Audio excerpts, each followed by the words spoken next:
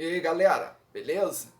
Eu quero chamar a tua atenção para o seguinte fato. Talvez você tenha colocado sentido de que o feminismo tem adotado como estratégia pegar aquelas questões, aquelas pautas, aqueles temas considerados sensíveis e colocado homens, os ditos homens, que são feministas, no primeiro plano, no primeiro momento, como se fosse assim. As mulheres, as feministas, lógico, toda mulher desse século é feminista, elas avaliando a temperatura, o andar das coisas, estão começando a perceber que as farsas, o jogo sujo, as mentiras, as falácias feministas estão sendo expostos e estão começando a meio que sofrer muito, mas muito sutilmente as consequências, estão, como nós já havíamos previsto, estão picando a mula, mas não totalmente. Ainda meio que tipo assim, coloca os caras como bucha de canhão no primeiro plano e depois elas vêm, por exemplo, dar o pitaco delas, colocar, apresentar as faces, as verdadeiras caras delas, como foi o que eu coloquei sentido numa reportagem, numa matéria da UOL. Nós sabemos que a UOL é uma mídia feminista. E o que aconteceu? A matéria abordava as palavras de um desembargador que fez declarações genuínas, verdadeiras, falando a verdade contra o feminismo. E, como é de se esperar, a mídia feminista caiu matando em cima dele, promovendo o cancelamento, o ataque, a perseguição contra a pessoa dele. E no caso dessa matéria do UOL, o que aconteceu?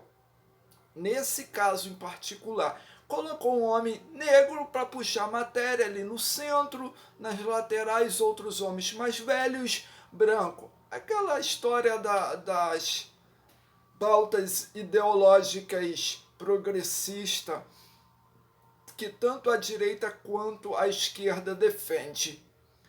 E o cara começou a abordar, o jornalista feminista começou a abordar a matéria, fazendo aquele espetáculo feminista, falando, ó, que absurdo, isso, aquilo, outro, ah, meu Deus, o mundo vai se acabar, tudo vai pegar fogo.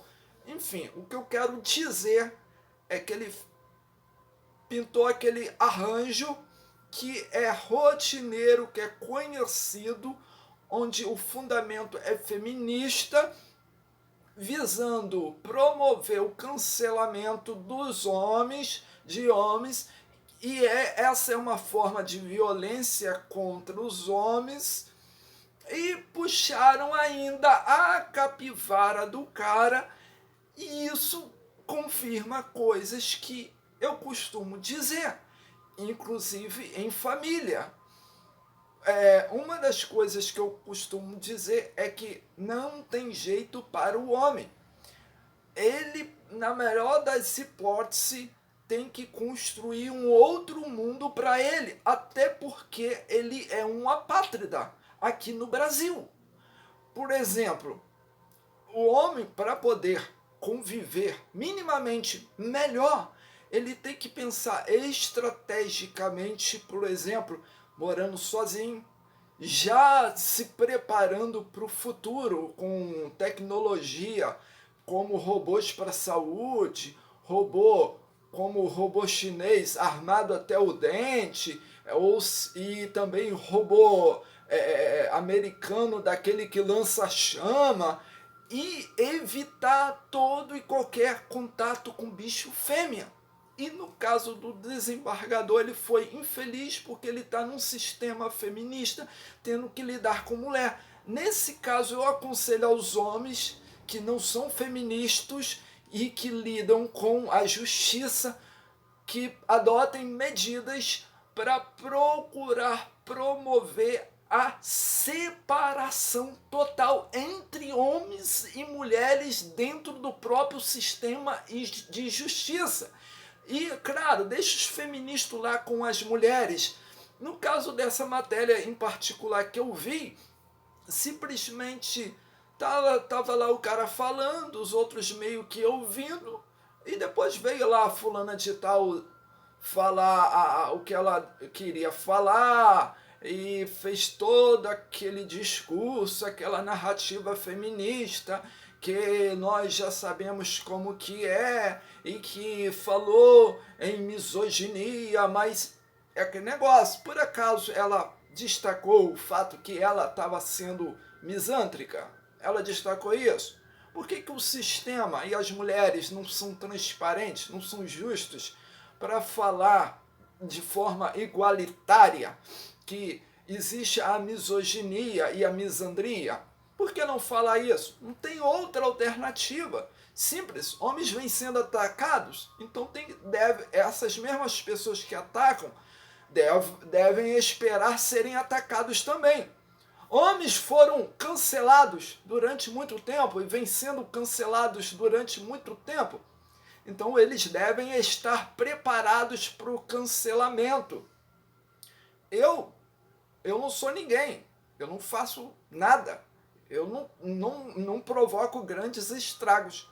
Mas pode crer, no caso da UOL, eu fiz questão de colocar uma hashtag com o UOL. Eu não tenho conhecimento exato se eles têm hashtag, que tipo de hashtag. Eu presumo que tem alguma hashtag com o nome deles e soltando algumas verdades.